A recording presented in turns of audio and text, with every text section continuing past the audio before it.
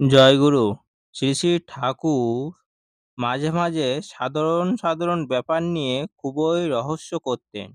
সেই সময় একদিন জনৈক সেবিকা রান্নাঘর থেকে ঠাকুরের কাছে এলেন। শ্রী শ্রী ঠাকুর সহাস্যে জিজ্ঞাসা করছেন, আজ রাত্রে কি আয়োজন? সেবিকা উত্তর দিল, পরোটা, আলুর দম, বুটের ডাল, বেগুন ভাজা, চাটনি আর রাজভোগ। শ্রী শ্রী ঠাকুর হেসে বললেন, জবর ব্যবস্থা। সেই সময় একদিন স্নানের আগে ঠাকুরকে তেল মাখানো হচ্ছে। তেল মালিশের তারে তারে তিনি মৃদু মৃদু দুলছেন। আপন মনে হাসতে হাসতে পূর্বের কোনো ঘটনা মনে পড়ায় বললেন, তখন আমি ছোট, হয়তো কাজলের মতন দানিগো উঠিনি।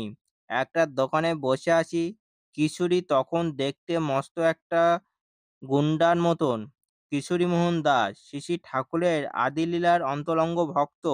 আমাকে দেখে অন্য লোকদের বলছে, ইচ্ছে করছে সওয়ালদার ঠাকুরের গালে একটা চুমু খায়।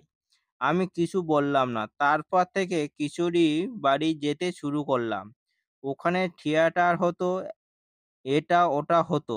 আমাকে দেখে অন্যান্য সকলেই বলতো, গৌরাঙ্গদেবের মতন, এর মতন ওর মতন। একদিন কিশোরী কয়, ঠাকুর আমাকে দীক্ষা দাও। আমি বললাম, আমি দীক্ষা দিতে জানি না, আমি কিছুই জানি না। তা সে ছাড়বে না।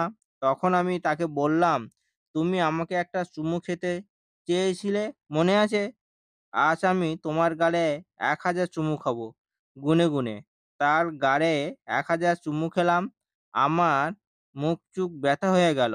কথাগুলি অপূর্ব ভঙ্গিমায় বলে বলে শিশির ঠাকুর হাসতে লাগলেন। উপস্থিত সকলেও হাসলেন। অনাবিল আনন্দঘন হাসি। বন্দে পুরুষোত্তম।